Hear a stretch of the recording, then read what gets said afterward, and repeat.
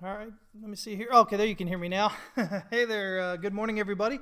Chris Franks with Texas West Capital. It is just a few minutes after 11 a.m. Central Standard Time here on, what is it, Friday the 2nd of April, 2021. I'm coming to you live here out of beautiful Boerne, Texas, just north of San Antonio. Hopefully you guys are doing well. I'm not sure how much we've really got to talk about today. The markets are pretty much closed. Your futures markets are closed. Your U.S. stock market is closed. So not a whole lot to talk about there. But we'll take a look at what's going on with the DXY and Bitcoin there. And jobs report came out today, smashed through some numbers, which should bode well for the dollar. Dollar strength there, obviously. U.S. economy looks like it's getting back up to speed quicker than Europe and other countries out there. So, again, just add strength to the U.S. dollar there. So we'll talk about all that. Hey, let's see who's here already. We've got Crypto Mowgli here. Mark checking in. What's going on? Let's see. Here's Claudio. Good to see you, man. I hope I didn't screw up your name. Hank's checking in. Nevlusian, what's going on, buddy? Ari checking in there. What's up, man? Denny here as well. He says, how about that NFP pump and dump? Monday will be interesting. Yeah, so, it was a rare thing today. The first Friday of the month here in the U.S., we get the non-farm payrolls, which is basically your employment numbers, jobs report. And it's rare that we get that, and then we get that on a Good Friday. Because Good Friday, of course, like I said, the stock market and whatnot are all closed. So, it gives people, I guess, the weekend to kind of mull over the information and see what happens there. So Monday could be quite interesting. If you're doing futures markets, then, here in the U.S., Sunday evening, late Sunday afternoon when they open, could be the start of something a bit of interesting. So we'll see how that all goes. Especially, again, with those numbers kind of coming out, just under 1 million. So quite a bit better than what was expected. I think we were expecting something like 678,000, and we got like 938 or something like that. 938,000. So quite a big difference there. Let me see here. Hey there, Josh Johnson. What's up, man? Good to see you. BlockTech checking in, man. BlockTech's been checking in forever and a day. Always good to see you guys that have been here forever, man. Data, what's up, man? Okay, he says, just to test since YouTube didn't let me send the message. Onyx King, what's up, man? He says, looking forward to that extended weekend, sleeping, relaxing, and reading Socioeconomic Theory of Finance. Guys, I keep saying it's an 800-page book, but it really reads easily. I haven't talked to anybody yet who's actually purchased the book and not been completely just entertained, completely just, drawn into it. Nobody has said it's a difficult read yet. Everybody has been just like, wow, when they read it. I wish I had written it. I was too busy learning about it the hard way. Again, the reason why I tell you guys to kind of jump on that if you get the chance is because really, reading through it, man, it's just the kind of, it leads me to where it's taken me, 20, 25 years to get where I'm at today on my thoughts about what's really going on with the markets and how they really move and whatnot. And it's all kind of contained in that 800 pages for the most part. And so, if you're a reader, if you can go ahead and read through that and get that, I think that's going to save you a lot of losses that you don't need to take while you're learning. As long as you listen, as long as you, heed it, stay with, if you read it and you go, oh, nah, whatever, blah, blah, blah, you'll probably lose a lot more money. But if you read it and you go, wow, yeah, okay, and you start seeing that, it's bound to help you guys out quite a bit. Luca, what's up, man? And armor, is that ARM? Man, I'll tell you what, I'd say don't get old. It's a trap, but I'll tell you what, if you're fortunate enough to get older, again, I say fortunate enough because that means you've lived through life, right? Enjoy all the difficulties we have at these older ages with eyes and stuff. Let me see here. Hey, David, good to see you, man. Good to see you checking in. Bill, what's up, man? He says, not sure if I've missed updates about the brother-in-law, but wondering how he's doing right now. Oh, yeah, I appreciate that, man. Nothing really new to add at the moment. for those of you that don't know, he got COVID and ended up in the hospital. He's been in the hospital for about a month now. Was doing really bad. Had to be put on a ventilator. Next day, they put him on the ECMO machine because he developed ARDS, which is a respiratory issue that's usually found in people that have traumatic things happen to them physically. And COVID was pretty traumatic for him physically. So basically what it means is his lungs are, they have too much liquid in them, and so they're not able to produce the oxygen that he needs to live. So the ECMO machine, they've got it stuck. He's got a tube coming out of his throat, a big old tube coming out of his artery there in his neck. And so anytime you're on the ECMO machine, he's got to be on it for about 4 weeks. So anytime you're on that, for those of you that don't know, it's basically, it's the last step before you potentially pass. If they're putting you on it, it's because if they don't, you're basically going to die. And what it does is it takes the blood out, adds oxygen into it. It does a lot of the work of what your lungs would do, and then, circulates it back into your system to hopefully make you stronger and whatnot and get it so that your lungs can do what they're supposed to do. But anyway, so he's on that. So it's all really touch and go with all that. But he's up and kicking, which is good. My sister got to see him for the first time in a month. They kept her out because, even though she had gotten COVID as well, and then she got, she had the 2 shots and all that, he was contagious, with COVID, so they weren't allowing her to come in. So that was kind of good that they got to see. So anyway, nothing really to add there, which is good. It means he's not doing worse. He's more stable than he's been, so that's been a great thing. So I appreciate you guys asking about that, but that's kind of where we're at. Wish there was something more to say, better to say, but I'll take no worse news. I'll take that as good there. What's going on, JT, LXT, Lonsdale? What's going on, man? The book is called The Socioeconomic Theory of Finance. Yes. If you give me a minute here, I can actually bring it up for you guys. Let me see here. I'll give you a direct link here.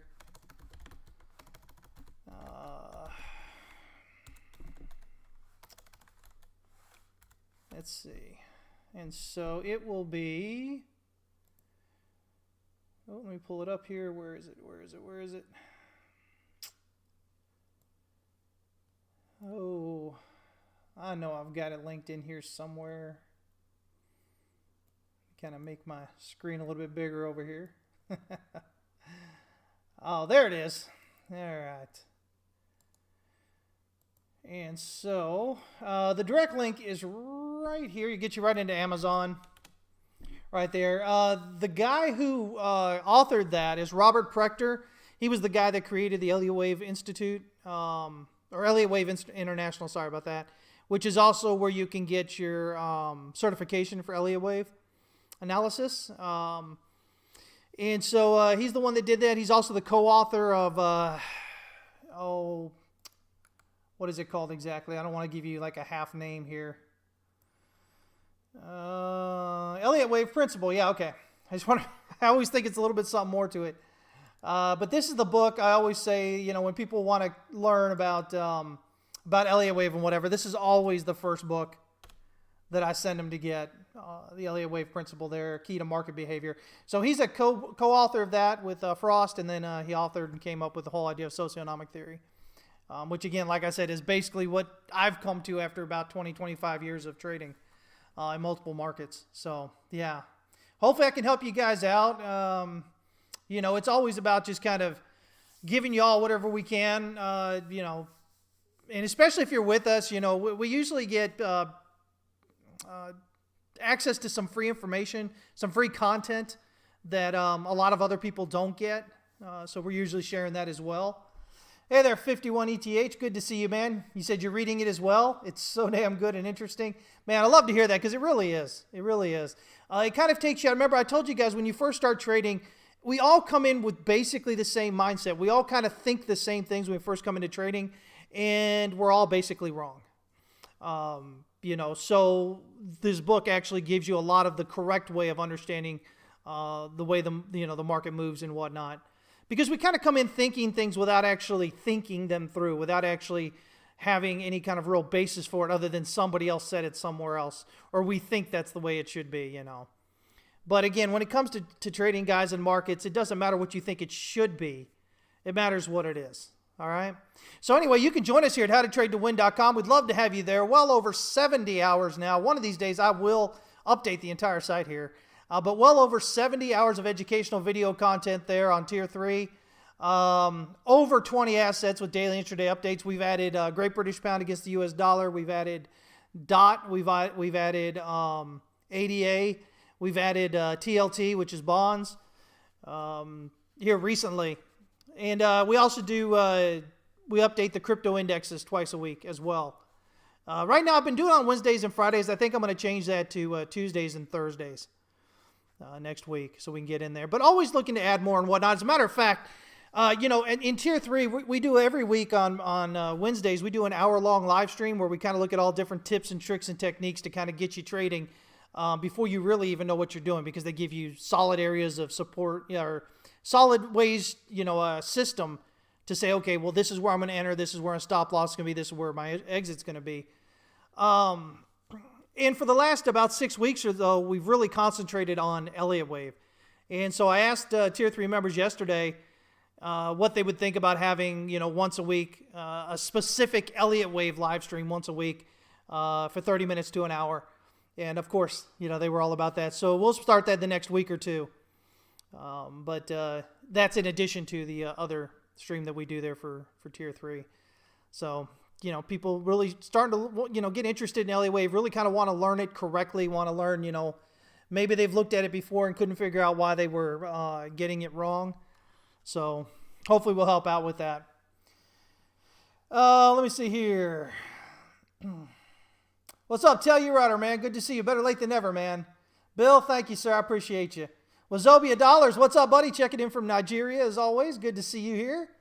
Let me see here. Merv, how are you doing, sir? Good to see you. Can I look at Ethereum, Bitcoin if I have the time? I sure can. Remind me of that here probably in about 20 or 30 minutes, and I can jump on that. So anyway, so there's that, guys. I should get a commission for the book sale. I get a tiny little commission. I do get a tiny little commission if you follow that link. It is nothing to write home about. You're not going to get rich off that commission. But what you guys can do here, real quick before we go on, I've got actually a, I keep this list here on Amazon of these books. I'm an avid reader. I've read a lot of books over my time. And so this right here actually gives you a list of the books I think that are important to read if you're a reader and you want to learn more about markets and stuff like that. There's a collection of them in there depending on what part of the market you want to learn about. You can't go wrong with any of those books as far as I'm concerned.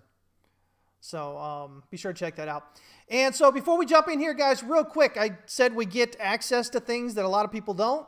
So Elliott Wave International, right here, if you go to this link, they've got this course here, how you can identify turning points using Fibonacci.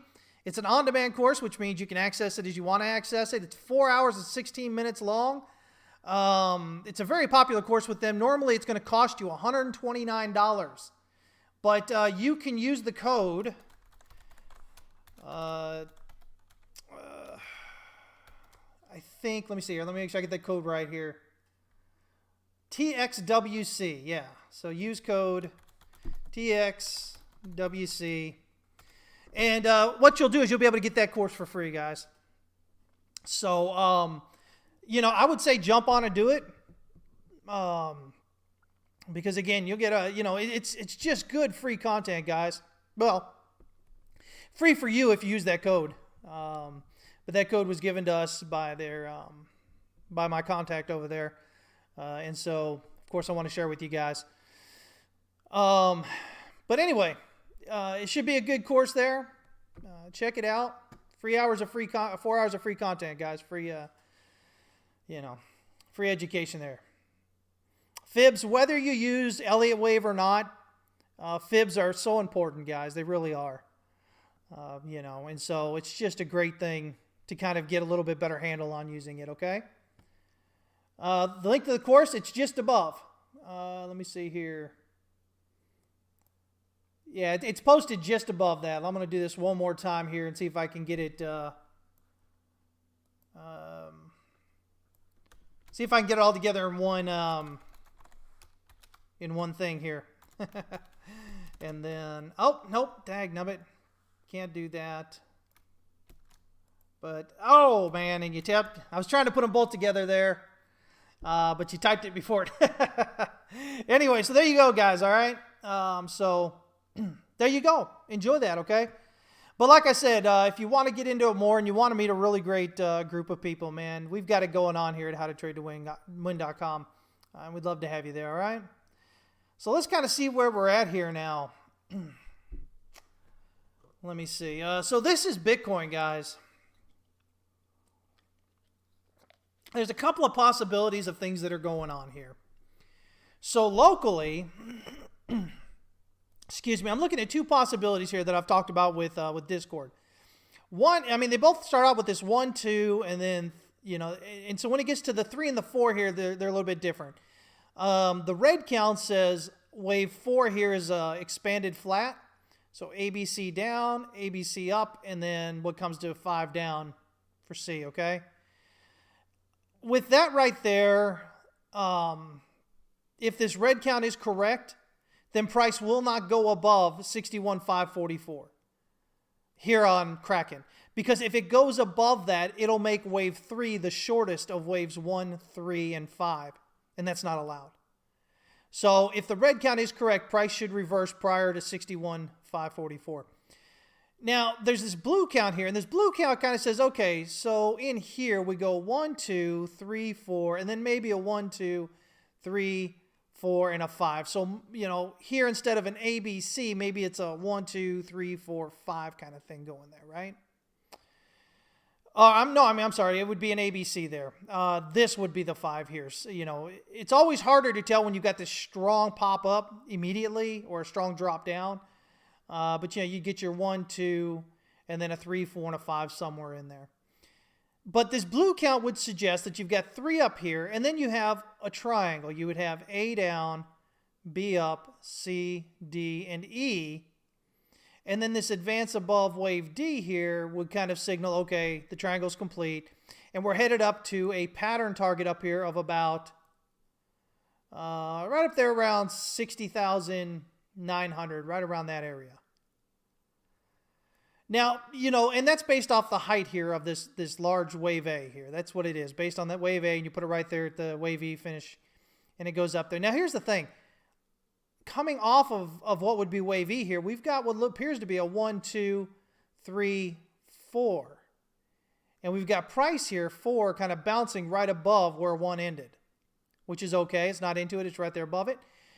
And so in this case, if we look at this as a 1, 2, 3, 4 here, the thing about that is this 3 is a short 3 here, as you'll see, just a little bit. As you can see there, it hits the 1.4 rather than the 1.618. And so when we look at that up there, it gives us this minimum target right here around 60,329. So the way we're kind of looking at this is 6329 and then 60,900 in that area. And then if it continues going up there, no higher than 61,544. If price continues going up above 61,544, then that means we have to recount this here. It's got to be something different again, because otherwise, you know, wave 3 would be the shortest. That said, let me just, I think even on the blue one, I think wave 3 would still be the shortest. Let me just check that out real quick here. So we measure wave 3, and then we put it here with wave 1. Yeah, see, wave 1 is already above that as well. So in either case, whether the blue count or the red count, price should not advance above 61,544 kind of area. With that, that's where I'd look. And so, you know, what that means is, you know, that would give us a wave 1 up, and then we'd look for a wave 2 on the pullback. So if we go from right here at the pattern target area, you know, that gives us a 50% retracement here above the pivot, 1 hour pivot. So that's good. That's solid. It stays above the pivot as we would expect. But there is a lot of, what do you call here? High volume nodes here, right around that 23.6. The 23.6 is a low volume node, but a high one right above it and right below it. So, I mean, I could see us having a short wave 2 and then a push up. But we're kind of getting ahead of ourselves here. We've got to see this move up here. Now, here's the thing. If price, even goes up here and then comes back down below this wave E termination point here at 57,917, that should tell us that wave 5 is done. So that's kind of the point we'll look for on the drop back to kind of say, okay, that's done. And then we'll be looking for a wave 2 here. I've been talking about this right here, this lower high here as part of this bearish market structure. So high, low, lower high, lower low. And I said, we've got to get above this, what amounts to, I think it's 60,000 here to kind of break out of that bearish market structure. And so we did that. We did that yesterday evening right here with this move up. It went $60,025.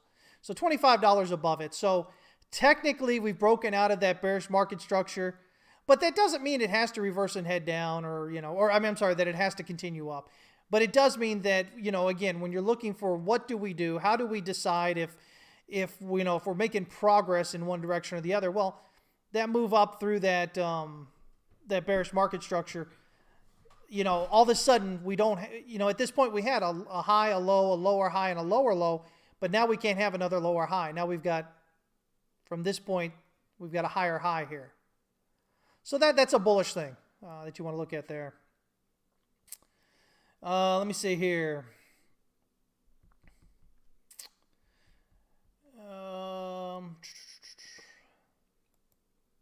You sound surprised that it worked. Mark said he just signed up and it worked. Talking about the code, the TXWC. So if it goes above that level at 5, that would mean we were still in 3. Yeah, that would be my first thought. If price continues up through this level here, the way I think when I'm using Elliott Wave, guys, is if it goes above where it should go, like I said here, it can't go above 61,544, otherwise it makes wave 3 the smallest, right? So if it goes above that, usually the way I do it is I backtrack to wave 3 and I look for a subdivision. So to me, wave 3 is becoming larger. It's not complete in that case. And so, in that particular case, if we were to continue up above that, I would probably look at this right here as a 1, and then this expanded flat as a 2, a 1, 2 of 3. So instead of it being 3, it would just be the first and second waves of wave 3. And so we'd be looking for 3, 4, and 5, and then 3 would complete. So yeah.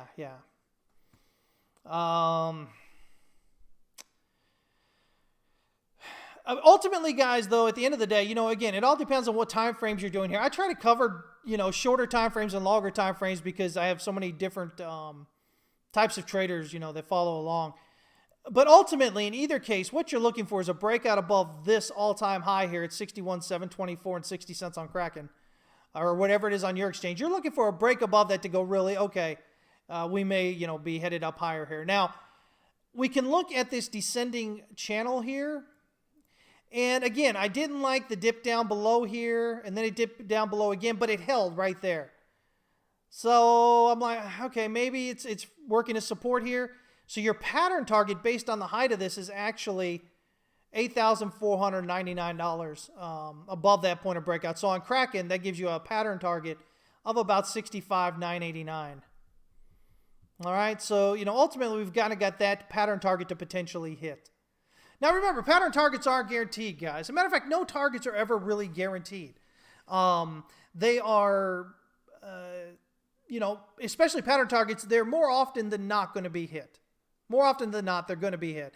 And so that's why we watch them as a general, this is kind of like, initial target where we would look at. Often, your pattern targets are wave 3s, though. And so it would be interesting, if this continues up, because again, 1, 2, and then this becomes 1, 2, 3, 4, 5 of 3, and it may get up here. If I was to look at this as a 1 and a 2 with an expanded flat there, look at that. That gives us a wave 3 target. So this 1, 2, 3 up here at around 66,000, which is right around there.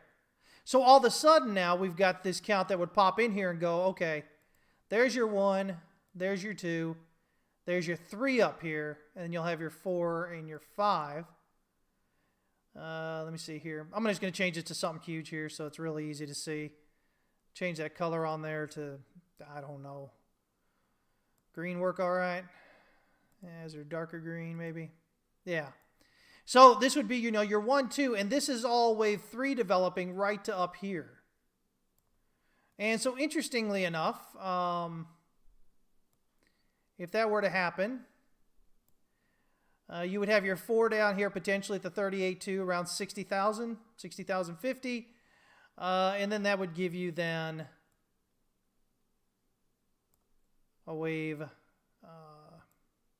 5 up here of right around the R3 pivot up here around 67,000, 67,100, right about there. So yeah, so if price is moving beyond this 61,544 area, especially if it's doing so impulsively, I'm looking for wave 3 to complete up here closer to 66,000. And so, again, most things that Elliott Wave traders don't teach you, because many don't know, is that your pattern targets, if they're correct pattern targets, they're usually wave 3s.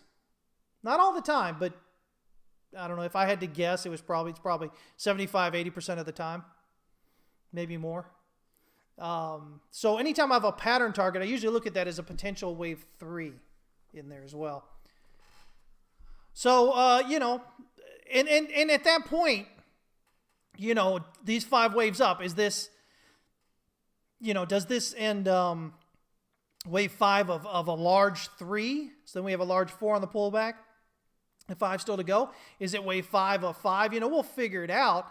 But right now, it tells us that if we're getting up there, we at least have that potentially higher movement up there, dependent. And so, you may go, well, Chris, you're telling me all these targets and whatever right now. Just tell me where it's going. Well, nobody actually knows where price is going at any one time, guys. We all have our best guesses based on the things we do. What I'm trying to do is give you enough information so that as price moves this weekend, if it continues higher here, you have actionable targets that you can use. Because I won't be there, holding your hand through the weekend. So make sure you guys understand that. Let me see here.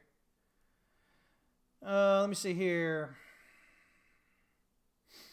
see. Hanks believes that if we don't correct here, the count is less bullish. Most bullish thing we could do is to correct to the 42 area. That's been the one thing I've been talking about forever and a day. That 40,042 area, at least, because that gets you back to that lower, back to this area down here. Gets you back to the bottom of this range, which is the top of this range. Now, we had this, which created the low of the range here that bounced right above the top here. So, there is the possibility this could be fine and done. But again, I would love to see this pull back toward this area, because that's where you're going to get that fuel to head higher there, to really kind of push back. Right now, we're kind of just pushing up and inching up, and it's like it's a lot of struggle in it. We're moving up, but less and less participation as we are, which overall says, okay, well, we've got less effort and we're getting result here. But look at how you're rounding out here, kind of. But I guess if I'm looking at this, you would just. You're going to expect a nice impulsive movement up through here, I think, after this, after all this kind of consolidation here, this almost a wedge-looking consolidation. You would want to see a nice impulsive move up out of that to really kind of say, okay, maybe we've got those higher targets in mind. If you're just continuing to piddle-paddle on up there, and you're not getting above this swing high, this all-time high, then it really kind of, continues to add to the idea that we may be headed down further if we do there. Let's see here.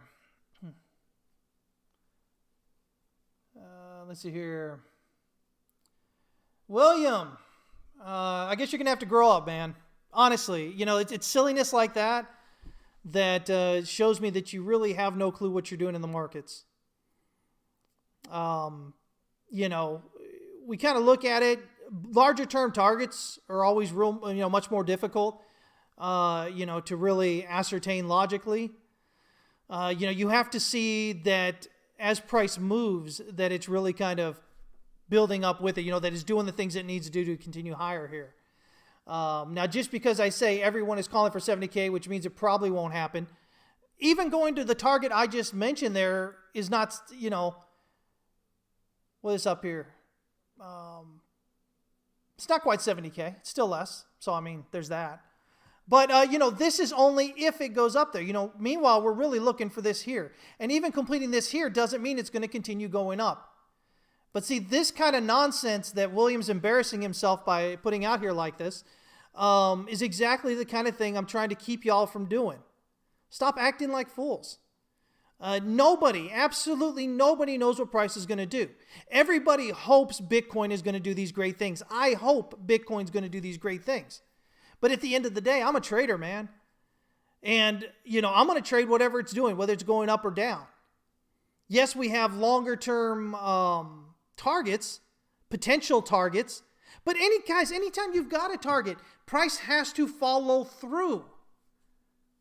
All right? I don't know how else to make that more clear.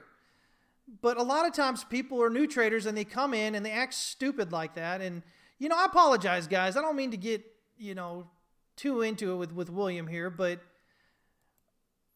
when you've been doing this for as long as I have and you see people acting like that and you just want to shake people and you want to say, God, stop being such an idiot. Stop being such a jerk, because all you're trying to do is be a jerk instead of actually trying to learn. And that's the problem, because if you're doing that, you're never going to be a trader. I promise you now, you're never going to be a trader. You have to humble yourself, and instead of trying to always make problems, try and learn. That's what it's all about. I really spent way too much time talking about William there. Gave him his 5 minutes of fame. But anyway, hopefully you guys have learned from his mistake there. And it was very much a mistake, guys. Maybe I shouldn't have called him out as much as I did, but, when you come on there and you attack people, and you, not that you're even attacking them, but you're attacking them with things that prove you clearly have no clue what you're talking about as far as markets go. That's the whole idea. As new traders, you believe in certainty and guarantees, and you think, people can't be wrong, or if they're wrong, they're terrible traders. Guys, I'm going to tell you what. I've been doing this for a quarter of a century now. I'm still doing it. So I must be doing something right. You can't be in it like this if you're not. It's just the way it is. But until you change your brain and the way you think about it, you're not going to be able to understand that. You're going to continue to look for guarantees and all these things that the rest of us are just going to go, okay, well, let's see, I'll be taking your money and your money and your money. And it's not that we want to, it's just part of the game. It is what it is. Again, I can give you all guys all the information in the world here, but if all you're hung up on is, oh my gosh, price, didn't go where we said it was going to go, or last week you said this week you're saying that. If that's your brain process, you're not going to do well as a trader, guys. You should, as a trader, you adapt to what the market's doing. If the market is developing in a way that starts to add more credence to a different potential outcome, if you're not noting that as a trader, and if you're not able to change with that and to note that and to allow that to be a possibility, you're just going to lose money, guys. It's this strict adherence to, oh my God, I said it's going to go here and I have to hold that no matter what. That's the dumbest thing in the world. Why would you purposely lose money? Because that's what you'd be doing if you do that. Anyway. Let me see here. But, again, I probably came off a bit more rough there than I should have. But, you guys, I've noticed in social media, guys, I'm a big believer in the way you act is it kind of defines how you do in life. And when you come across like that, to me, that's not a productive way to live life. You're going to cause yourself more problems than not. So, I don't believe that you can have that type of attitude and be a successful trader. Not at all. Not for any length of time. Because the way in which you look at the world clouds the way in which, you look at the charts. So, just some things to think about right there. I'm sorry, I didn't mean to continue going on there, guys. William, I'm sorry, man. If you were saying something different,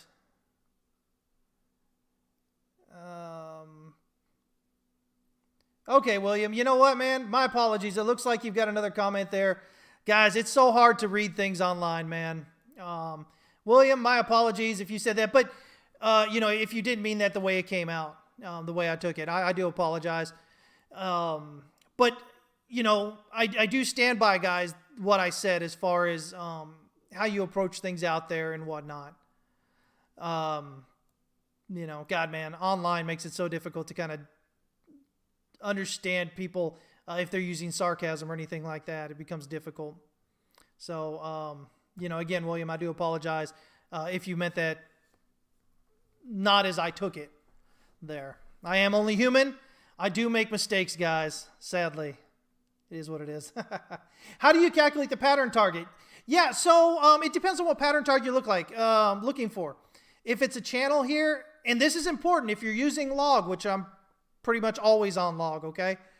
What you're going to do is find the widest part of the channel, and you go, but Chris, that channel looks the same. Oh, yeah, but it's log, right?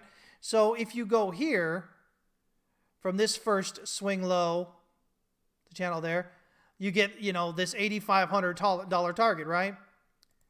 If you go from this lower end here, you get an 81.5, 81.68 kind of target. So you want to go from the widest part. So it's usually when you're in log and you're doing a channel, it's going to be that first touch in the reversed direction up to the thing. So you'll want it toward the front end of the channel, not the back end of the channel. Yeah, because obviously, that's a significant bit of difference there. $350 more with this target versus the other target. If you're just doing it in linear, it'll, the target will be the same all throughout the channel. But because log, kind of makes things proportional, it'll be more toward that front end there. Oh, let me see here. Let's see here. Yeah, look at Hank. Hank's saying the things I've always said, man. Price doesn't have to do anything, guys. Man, you know what? I'm going to put a t-shirt out with that sometime. Price doesn't have to do anything. As long as you always assume that you could be wrong when you're in a trade, it forces you to look at your exit plan, look at your stop loss, look at your risk management more clearly. And that's what I say, because a lot of times new traders, when I say, listen, always assume, when I enter a trade, I always assume I'm going to be wrong.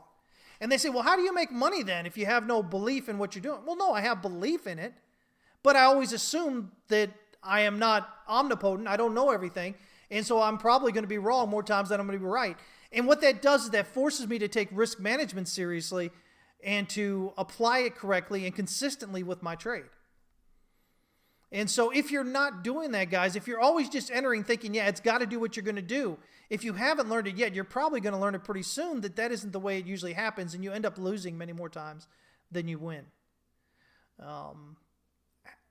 There's that old axiom, that old kind of thought, that says, it's kind of cheesy. It says, if you fail to plan, then you're planning to fail. I heard that a lot playing sports growing up. Coaches are big on saying those types of things. But here, especially in trading, it's true, guys. If you're entering a trade without a plan, without knowing what you're going to do, where your exit is, where your take profit is, all that stuff, where your stop loss is before you enter, then what that means is when you're in the trade, you're going to trade emotionally. And so if the trade starts coming against you, you get out. and then you'll often see it run the other way. If it goes up to where you should be taking profit, you'll be like, oh my God, it's going to keep going higher. Emotionally, you'll say that. And so you won't take profit, and then it'll turn around and come back against you. That kind of thing is really, what you face day in and day out, guys. I keep telling you, the biggest challenge you're going to have as a trader is yourself, is your emotions. And it's nothing that's easy to handle, but it is something that becomes easier with time. The more practice, the more time that you do it. Let me see here.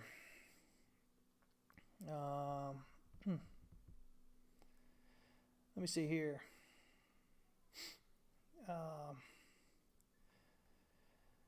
Let's see here. William says he's now been initiated. Well, you know what? Hey, William, man, my hat's off to you, buddy.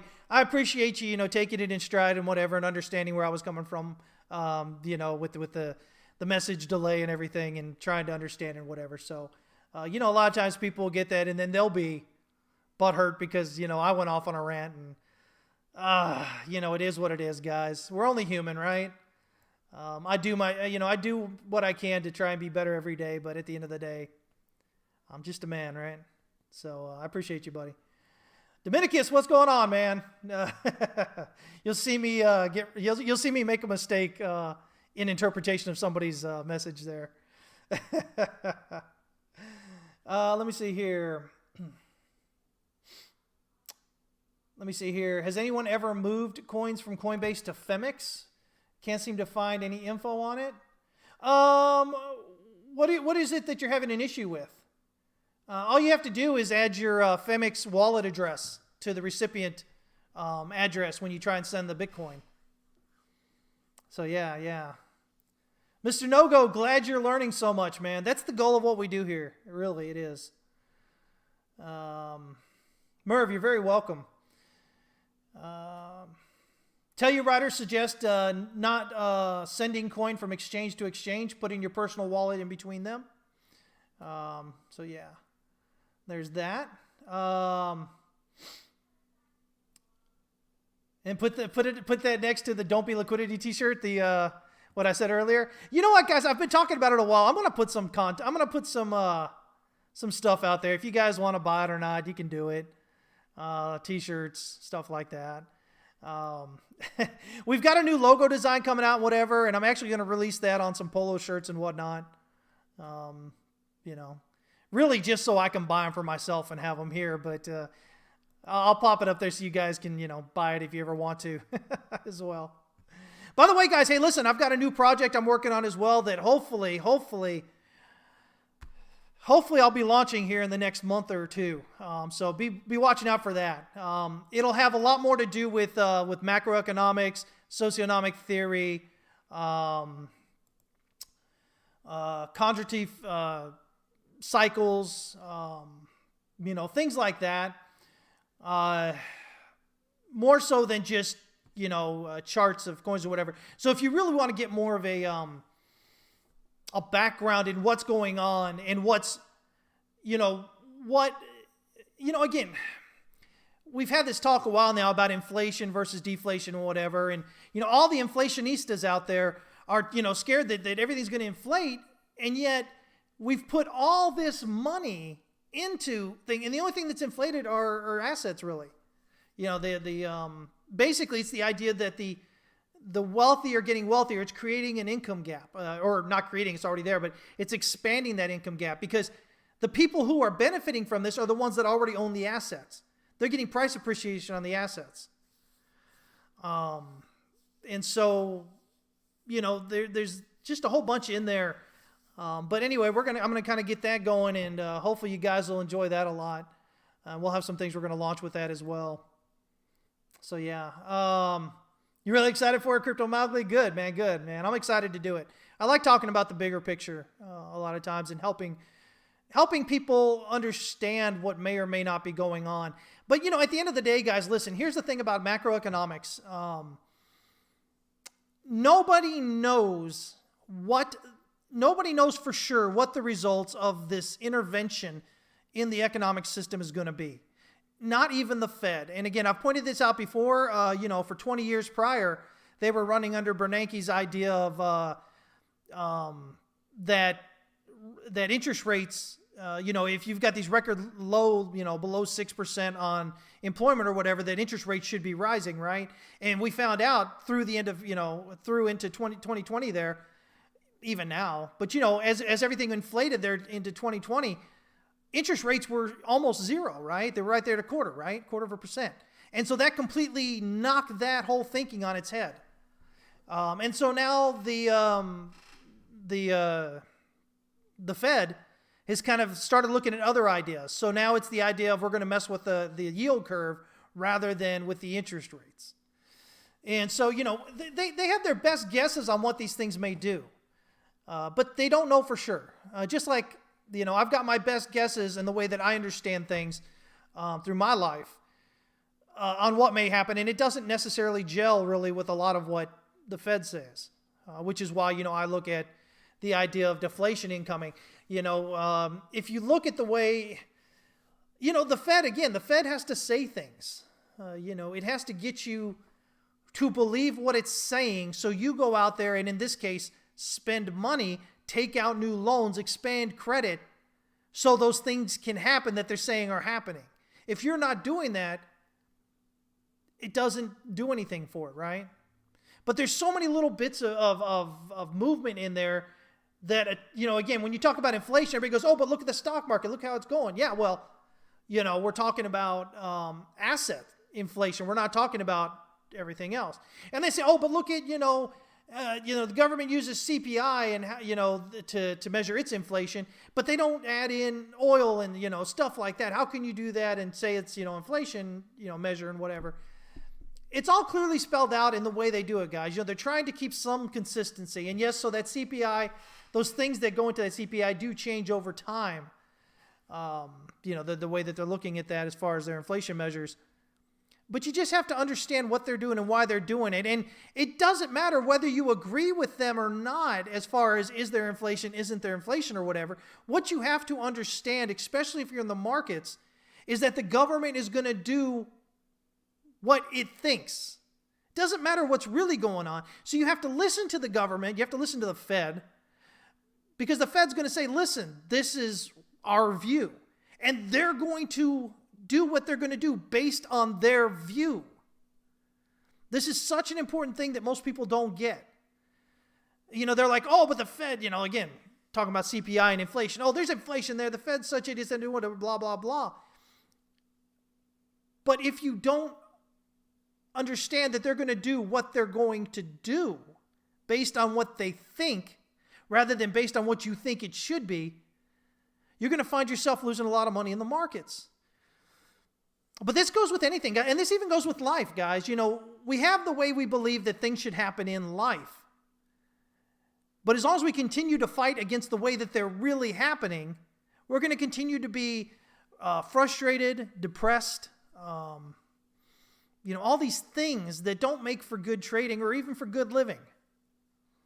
You have to accept that things are what they are and seek to understand what they are and how they are so that you can then plan accordingly. And if you do that, now you've got more realistic expectations.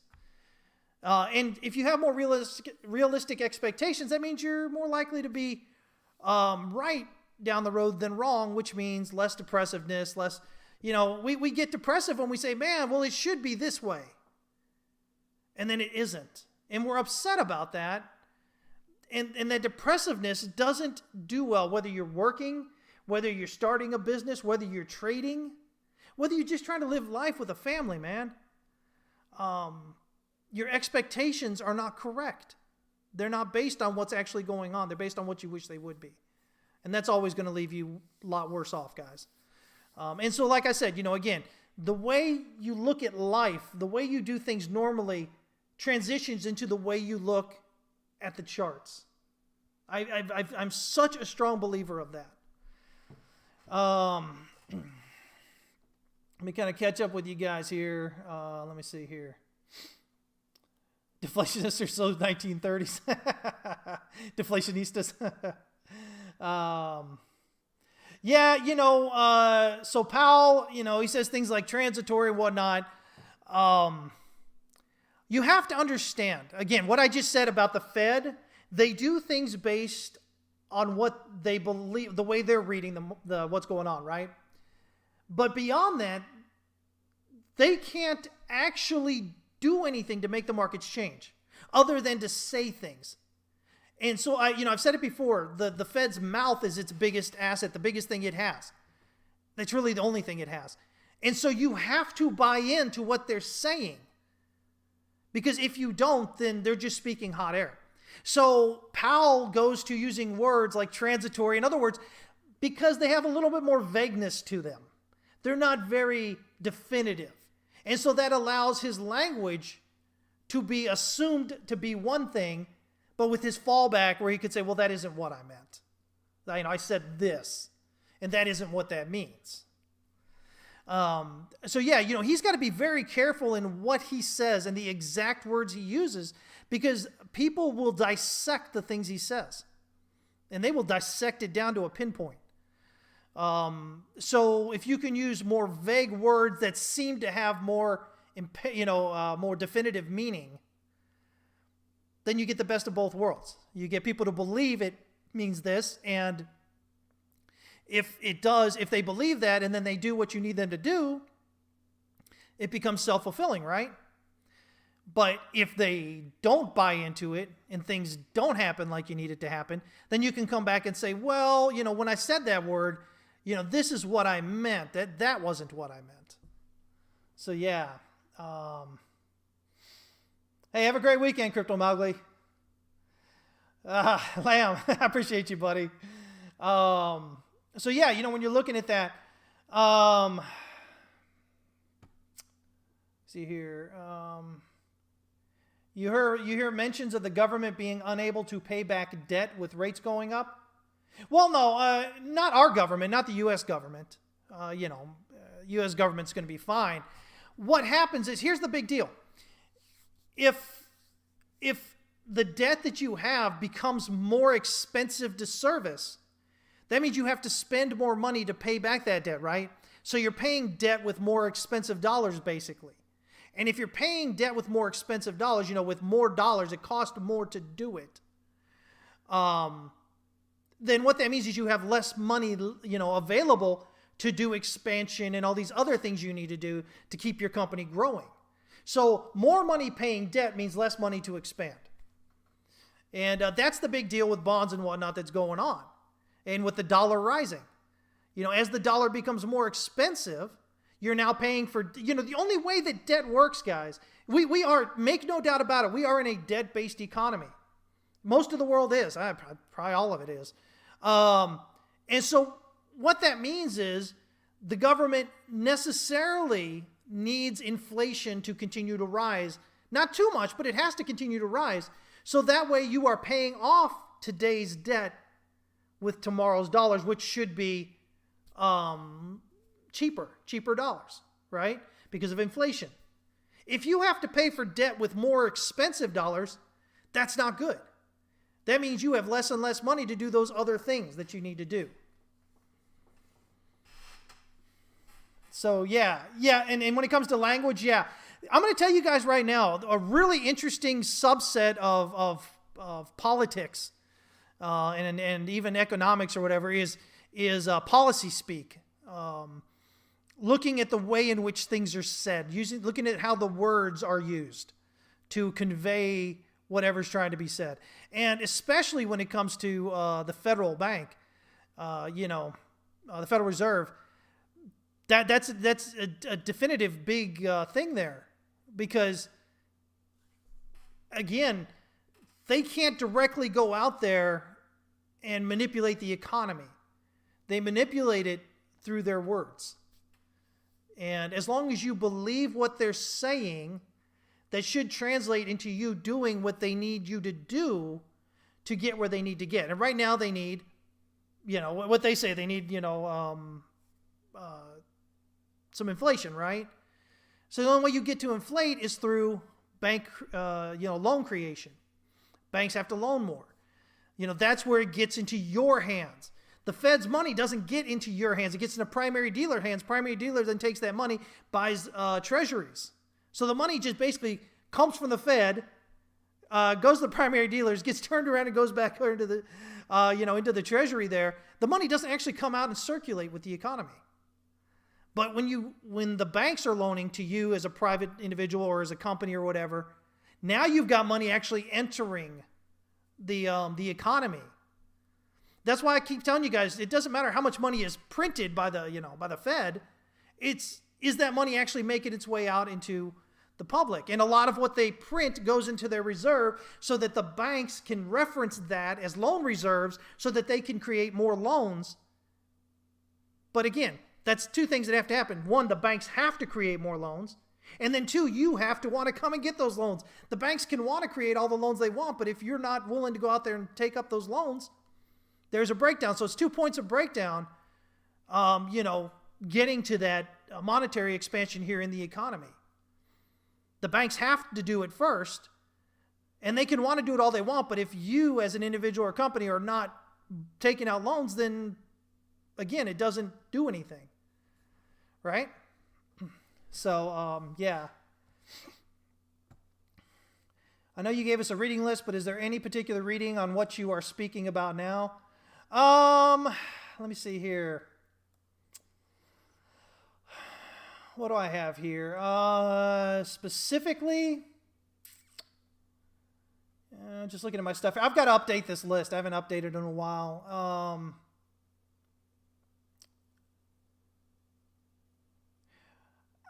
One good book, I think here, it's more of an academic type text. It's called Bank Liquidity Creation and Financial Crisis.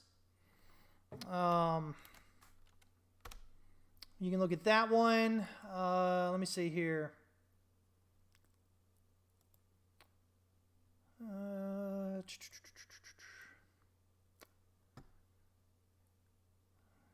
Another interesting one to read is called The Rise. It's called Capital Wars, The Rise of Global Liquidity. And that's this one right here. Let me just kind of look here real quick. I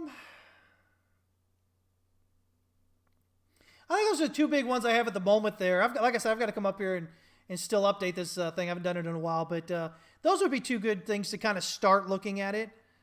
But yeah. Definitely some place to kind of look at it. It's all about how does your currency flow. Again, I've warned you guys before. If you're following anybody online that's talking about hyperinflation coming in, I would pretty much ignore anything they have to say economically. I hate to be one of, I try not to be one of guarantees and definitiveness and whatnot. But if I had to choose something to be definitive about, it's hyperinflation not happening. There's so much that's misunderstood about that. And even people that reference the Weimar Republic back in, the 1920s and what happened there, I mean, even they are really not even understanding what actually led up to that and how that happened. Hyperinflation is not just simply printing money, guys. There's a lot more involved in it to get to that point. And the U.S. is not anywhere near that, guys. With a good conscience, I can't guarantee it. But if there was one thing I had to be absolutely as sure as I could about something on, that would be it, for sure. Yeah. So just some thoughts on that. Blockchain Gains, what's up, man? Let me see here. Please elaborate on the hyperinflation thing. Oh, I don't have anywhere near enough time here. That'll be something that I'll put in that new project that I'm working on that I will be discussing. But long story short, the U.S. with its current status, so the USD is the world reserve currency. The U.S. has the most advanced military in the world. We have boots on the ground in more countries than any other country in the world.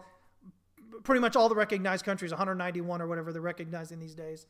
The size of our economic impact on the world, both in buying and selling, our area, where we are in terms of oil, all these things create a situation in which just hyperinflation is not happening. Hyperinflation happens to countries that have no real control. The U.S. and I keep mentioning the military, and I get a feeling sometimes that, people may take that the wrong way. I'm not out here going rah, rah, rah, U.S. military, but what I'm saying is because of the size and the advancement of our military, our government is able to get countries to step in line with what it needs generally in terms of economic things that it needs to go on, which just continues to keep its position where it is in the world. And if you're in that picture, there's no way you're going to get hyperinflation. So yeah, that was also the speech of the last Roman emperor. Yeah, you're getting there. So I don't, again, there's a lot more into it, a lot more intricate, a lot more moving parts. Definitely not something I can do at this moment right here with the time that we've got left. It's that deep, but just understand that, again, look at its position of where it is in the world. That's your big general idea of why it won't. Everybody talks about how China is going to go up there and whatever. China's already having some issues with its economy at the moment here. It's been hyper red hot here coming out of the pandemic, but all of a sudden it's sputtering. So there's different things going on there with all that. A lot of what you guys are going to hear online are just sound bites, especially in social media. So be careful with that, all right? Let me see. Jumping over here. DXY dollar. So we've got the idea that wave 3 is done. Wave 4 may be done here. Right around my target. I had that target of 92,817. We're right above that. Potentially a 1, 2, 3, 4, 5. And then moving up here now. A breakout of this descending channel resistance should indicate that wave 5 is in progress. Up toward around 93.85. Pattern target here of 0.412 based on the height of the channel here at the point of breakout. So that's what we'll be looking for there. But overall, so zooming back out here, again, the big thing, don't worry about these guys over here. They're just out of the way right now. But the big thing is we need to get above this point. I keep talking about it. This is the point. You get above this, and nobody should be really talking about lower dollar at that point. That's right there around 94.742. Until that point, it's still possible this could be corrective and, get down to a lower low there. But the more this keeps pushing up here, the less and less likely that becomes. But definitely a move above that 94.742 or whatever should indicate that bottoms in down here in January. By the way, January, if you don't know, rotation usually happens in January. January, February area when it comes to currencies, usually January, New Year and everything. So it is really not surprising that this would be the bottom here if it is. So the way we're looking, I've got this as a 1-2, 1-2 right now. But, I've mentioned before it's possible as maybe as a 1, 2, 3, 4, and working on a 5 here as a leading diagonal. That's definitely possible. So we'll continue to watch it develop. And of course, if you're in there with us in Discord, we update it twice a day there during the week, and, we'll change that if it needs to be. But, it is something I am keeping my eye on as well.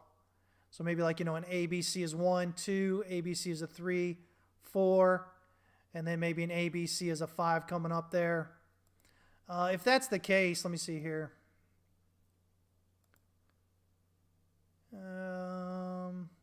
All right, so wave 5 can be short or long. It doesn't matter. Wave 3 is longer than wave 1. But usually if wave 3 is longer than wave 1, then wave 5 is going to be larger than wave 3. And so generally, if this is going to be a leading diagonal, I would expect wave 5 to end above that, above 94.104.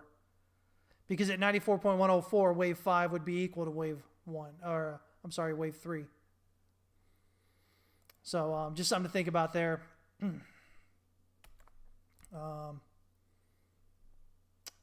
If you look at Euro USD, though, it looks like an impulse down is completed. Potentially. Yeah, so locally here on the 1 hour, I've got us at a 3 and a 4 and a 5 still coming. 5 still finishing up at least around 1.16738, but potentially to the EQ of this demand structure here at 1.6559. If we zoom out here a bit,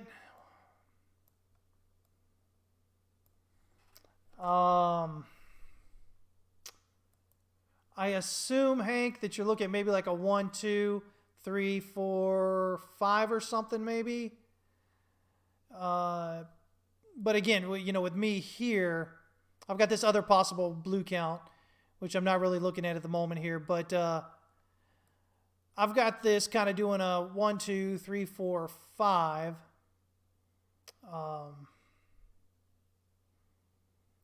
And then let me see here. 1, 2, 3, 4, 5. Yeah. I've got to look back at how I've got this. Basically, what I've got here is a 1 down here with a 2 up, and then a 1, 2 coming off there. And so that's where we get that 3 down here. Talking about the daily. Let me jump out to the daily there. Let me see here. By the way, if you'll notice where we're kind of coming at here is this. See that EQ I was talking about is the daily demand structure here. That's where I'm talking about dropping down there.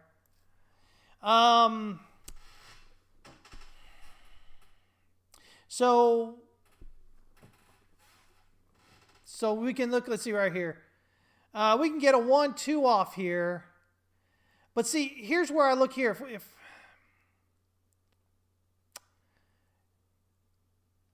okay, so maybe, you know, maybe you can go ABC as a 1, and then a 2, and then ABC as a 3, and then a 4. And then maybe Hank's looking at an AB, and then 1, 2, 3, 4, 5. So that's a leading diagonal. Yeah, so that's possible. When you zoom in a little bit on it, though, you get to the 4 hour and the 1 hour, you start having some issues with some of the waves there,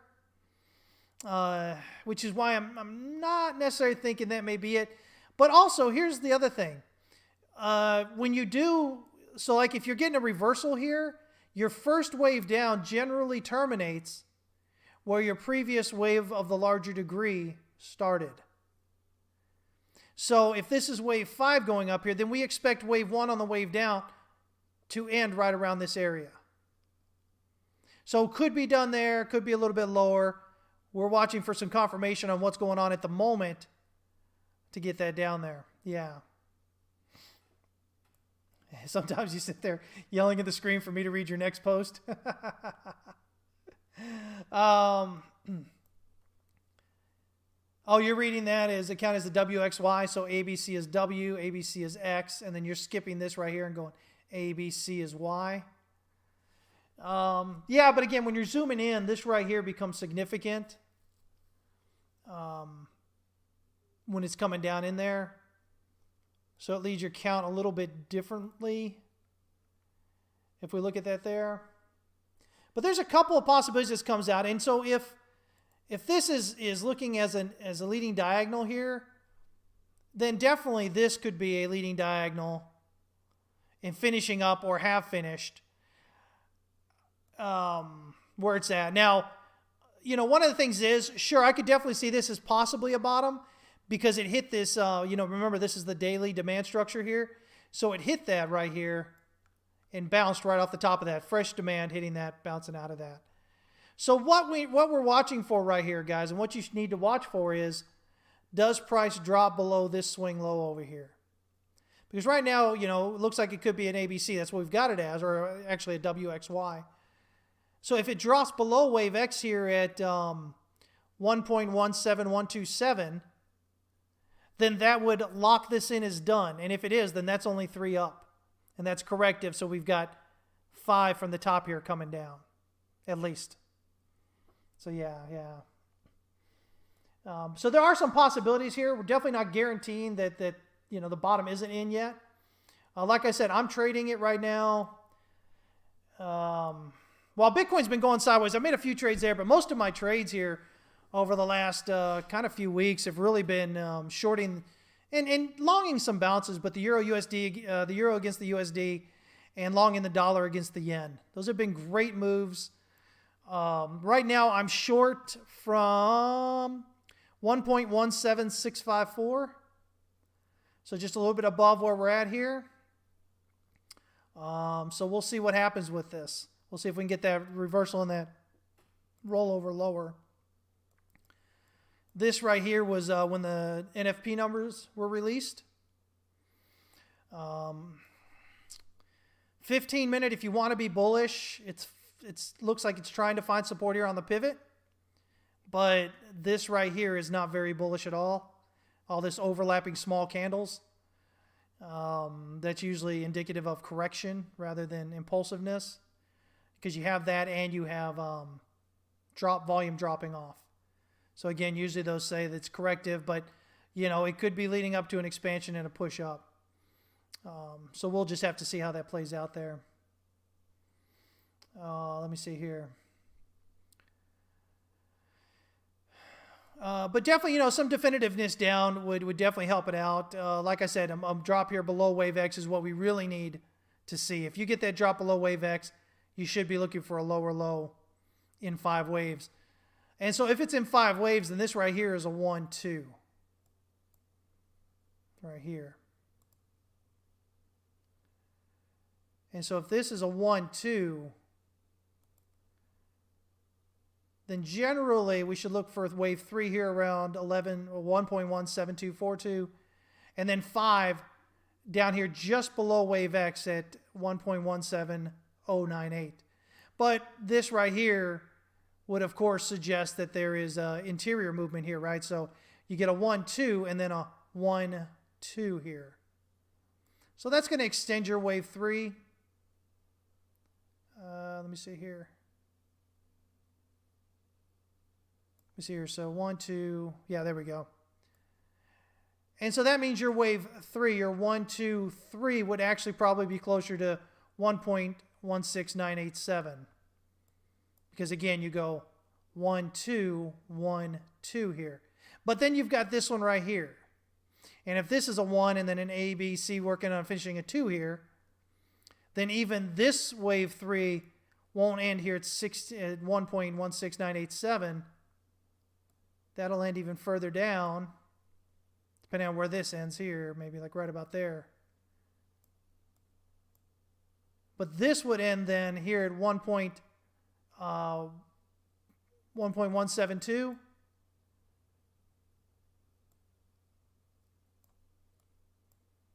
And so 1.172 puts you well below its wave 3 here. So that would just be wave 3 and then 4 and then 5, which then becomes a bigger 1, 2, 3, 4, 5. And, you know, it just kind of overextends in that way.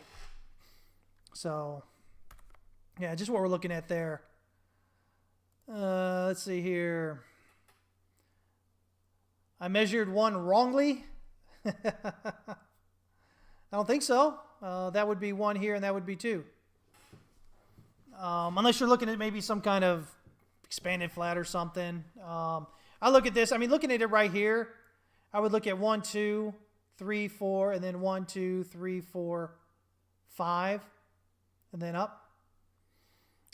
So, you know, again, jumping in the 5 minute here, you can see that the move was down and then up. Then we're down and then up here.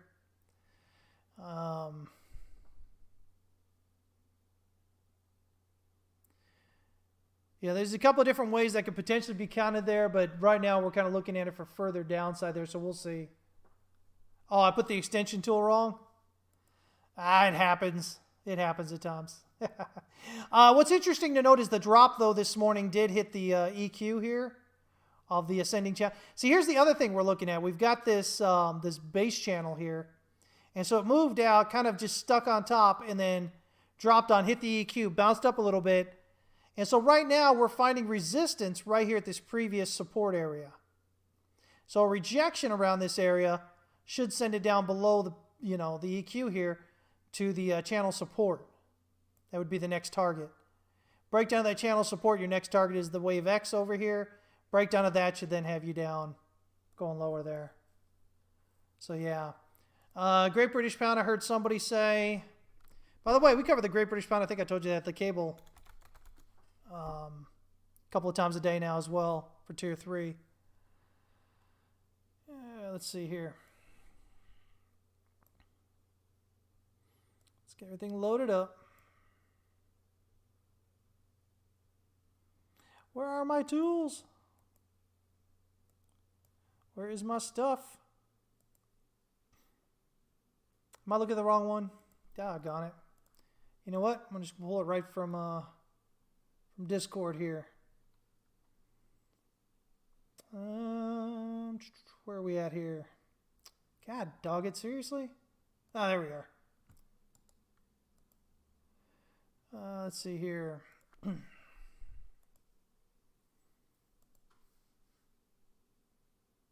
There we go. So right now my count on, you know, it's funny. I talk about the leading diagonal area, and that's kind of what I've got, what I'm looking at here, potentially for the Great British Pound right now as well. So potentially top. You can see it came back down. It's bouncing here, consolidating on the EQ of the channel. So, you know, it's possible we could see it finishing up higher. Maybe this is a 1, 2, 3, 4. Getting that 5 up there around the 61.8 at 1.38736. But again, dropping down below, you know, wave X over here would be the key to say, okay, well, wave 5's in progress lower. Locally, dropping down below wave B here would tell you, hey, you know, this move up here should be done. But going through X should tell you this whole movement is completed. So yeah, so looking at it that way, again, you know, the idea that we could be seeing a leading diagonal, you know, in the DXY and the Euro USD, and you know, any or beginning diagonal heading down, leading diagonal, you know, it kind of just comes in here with all this as well. Great British Pound there as well. So you'll notice the resistance here comes at this previous area of support. Always look left, guys. Always look left on your charts. There's a wealth of information to the left side, because you see all this stuff here with this right here, and then it comes down and bounces out of it, bounces off it, bounces off it, comes in, bounces off the bottom. Right here in the middle, it kind of comes together more there. Just a little bit of peak above there, but notice it's about where it's finding support there. Dips in. Again, finds support at the top there. Drops down, resistance. So see this area of resistance and support right here. It's kind of where we're at the moment. So always look left, guys. Always look left. I don't care what type of anything that however you're reading the charts. Always look left. Look for those areas of congestion, because those will give you a lot of information as far as where you're getting support or resistance at on there. PA equals price action? Yes, yes. By the way, guys, if you're with us in Discord and you don't know what terminology somebody's using, we do have a channel toward the top of the list there. It says common abbreviations. You can go in there, and usually it'll be found in there. And if it's not, just let us know and we'll get it put in there. Telluride says, problem is I always look left and then I visit the UK and step right in front of traffic. Oh, Lord have mercy. Anyway, so there's that right there. I don't know if there's really anything too much to talk about at this time, guys. I know somebody was asking about Ethereum, Bitcoin earlier. Let's see here. I haven't updated this in a while, so we'll see where we're at. Not too far off, I think. So back almost 2 months ago, I had this chart. It looks like we come down just a bit more there. So I was just about there. It looks like that's potentially it there. Ethereum breaking up here against Bitcoin on the pivot. That's bullish. This is the daily. These are nice big candles going up. So I'd say it's probably, you know, if I just looking at that, I'd say it's probably bullish. Yes, William, you can scroll back and watch it. I went through the DXY. Yeah, yeah. And then I looked through the Euro USD and the Great British Pound against the USD. So yeah. So yeah, Ethereum, you know, kind of moving up against Bitcoin here. Looking how we would expect, you know, with this move up. Let me see here. You've got this breakthrough here, retest, moving up there. Overall, this would give us locally here this 1, 2, 3. It's pretty close to my target I've got on there. See here. So if we look at wave circle 3 and its target, that should be up here around 667. Let me see here. No, 067 21521. See if that looks right. Yep. So that's my minimum wave 3 on that. Where I'm looking for that to go at the moment. Let me just look at this real quick.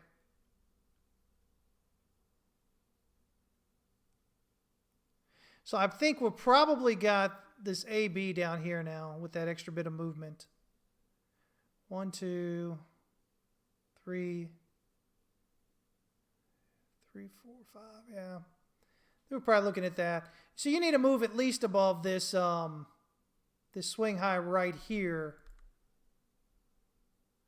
That should add confidence to the count right there.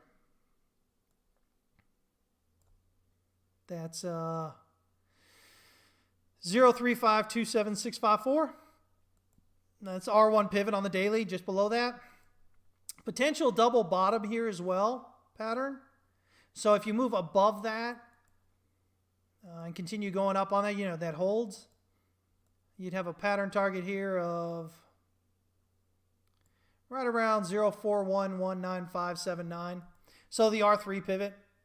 So if you push above the R1 pivot and it holds, then you should be looking at minimum, you know, R3 pivot there, pattern target off that. But yeah, so looks like it held pretty good from February. You're very welcome. Sure thing.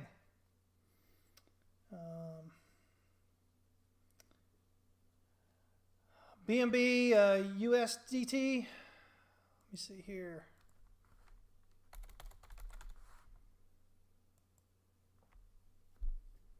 This is something we update twice a day in Discord. It's been doing exactly what we've been looking for it to do, which has been great. Hitting all our targets along the way here. We don't have any bearish divergence up here yet, so we should probably have further to go. I've got a minimum wave circle 3 target up here of 385.80. So that's minimum going on there. Let me see here. As you can see, that gives us the 1618 up here, and we've got a 1, 2, 3, 4, 5, it looks like. So this is probably 1, 2, 3, making a 4 here, which would mean we'd get a pullback a bit. At least the 23.6, but 38.2 makes a lot of sense there. Get you right to the top of this consolidation and these previous highs here. Again, just look left, guys. Look at that right there. So you've got this here, here, here, here. So that's a pretty good target there. It's generally where I would expect it to go to. But, you know, you got to, with the bullishness going on, you've got to be prepared for a potentially shorter pullback. But if it does get there, that would give us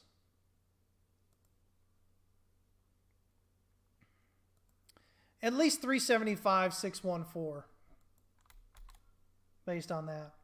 If it only gets to the 23.6, that's going to keep it pretty much in line with the 385 target, 390. So, you know, 375 to 390 kind of area I think would be a good circle 3 target there. 1, 2, 3, 4, and get that 5 up there.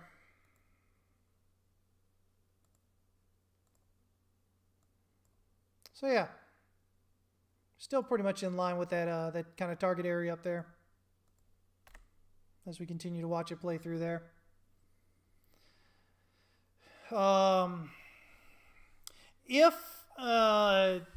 If Bitcoin dominance is dropping out, then you should start seeing better plays with the Bitcoin pairs. alts against Bitcoins. As long as Bitcoin is doing well and pushing up and staying in charge, then usually it's your USD pairs that'll do better. But once that starts to break down, you'll see money flowing out of the USD pairs into the, or the USDT pairs into the Bitcoin pairs. So yeah. Let me see here. Link is another one that we update twice a day throughout the week. See where we're at on that. Or no, Link we do once a day. BNB we do once a day as well. That's right. Looks like it's trying to get a break out of this base channel here, which would be a good indication this is wave 3. So, wave 1, 2, and then you've got 3 in progress here. Overall, wave circle 3 has a minimum target of $44.35. And then we're looking at minimum wave circle 5 target up there of $48.60. And I've got the wrong one up here. That's this other bit of, that would be this parentheses 3. No, not parentheses 5 up there. We'll just do that. So yeah, it looks like it's still going up there. Yeah, Mark, you need to, buddy. Hey, you know what, guys? I'll tell you what I'll do. You know what? Either make sure you're following me on Twitter, guys. Right here it's at TX West Capital. All right, and you can get into the free side of our Discord right here, which is your first entry into what we're doing. So either follow me there or make sure you're following us on the server. I'll go ahead and give you that link right now in case you don't have Twitter, don't care to have it. And so with that, sometime today, I'll go ahead and do like some kind of Easter special, guys. All right? So follow me at one of those 2 spots, and then make sure you're checking it out today. Sometime today, I'll release some kind of coupon or something that you guys will be able to use, whether you're a current member or a new member. So I'll do that sometime today, guys, on both those places. All right? Yeah, for all you guys, Lamb. Easter special for everybody. I had to figure out what I'm going to do, but why not? Sure. That way everybody's gets a little discount there if they want to use it. So we'll do that. Let's see here. Mark says, I follow on Twitter and used my trial on the Discord, but it was sweet when I was there. It is pretty great. And your trial that you had on Discord didn't even give you access to everything that's there. So yeah. So anyway, guys, I'll do that sometime today here, okay? For you guys there. Again, we'll just kind of see how this continues to play out here. Right now, it's kind of doing this pullback thing on Bitcoin here. That's only 3 waves up at the moment. I kind of zoom in a bit more. Yeah, no matter how you dice that, it's only 3 up. So here's the thing. Here on Kraken, if price drops below this swing low right here at 59.062 and 80 cents, that means it's got further downside to go before it potentially goes up.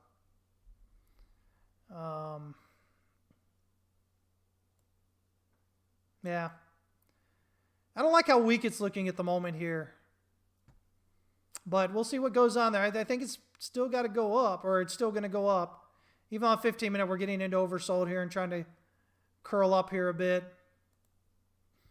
1 hour is just now dipping into oversold. We've got wicks here on the 1 hour, right at this previous area of resistance. Again, always look left here, guys. Notice everything hitting that same level there. Resistance, support, resistance, resistance, resistance, support.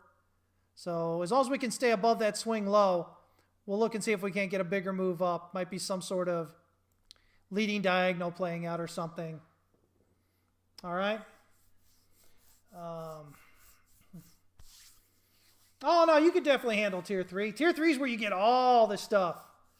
You get all the education, including the weekly streams and everything that we do for Tier 3. So, yeah. But anyway, guys, I'm going to get out of here. I know it's a little bit early, but I've got a few things I've got to get done. So I really appreciate you guys checking in with me. As always, join us there at howtotradetowin.com right there. Don't forget, if you're just joining in late, I put this link there in the chat earlier, and I put a code on there, TXWC. So if you come on down here where it says EWI Partner Referral, TXWC is what the code you use. And if you do that, this $129 disappears. You get the 4-hour and 16-minute course for free. All right, guys? I want you to guys have a great weekend. Thanks so much for joining in with me. William, again, buddy, my apologies, man. I'll try to do my best to read into the text, the messages better. But I do hope you guys have a great weekend. If you celebrate Easter, have a happy Easter. If not, we will see you all on Monday. I guess it'll be Tuesday. Is that course a file? I don't think it's a file. I think you access it on their website. I haven't looked at it yet. But you access it on their website, more likely than not. But you can access it whenever you want. So, yeah. So, okay, there you go, guys. Have a great weekend, everybody. As always, remember, the only thing you control in the market is how much you lose. That's it. Risk management continues to be the absolute most important thing you will ever learn as a trader. It becomes the most important thing that you will actually do on a daily basis as a trader. It is where it's where your money's made, guys. All right? I don't know if it doesn't expire or expires or whatever. I think you get it for free for as long as whenever. I think if you buy it now, it's still good for 3 years maybe. They didn't say there was any expiration date on that once you use the code to get in there. So I think you get it forever. We'll have to find out. All right, guys, I'm out of here. You guys have a great day. Take care. If you're in Discord, I'll see you guys over there in a bit.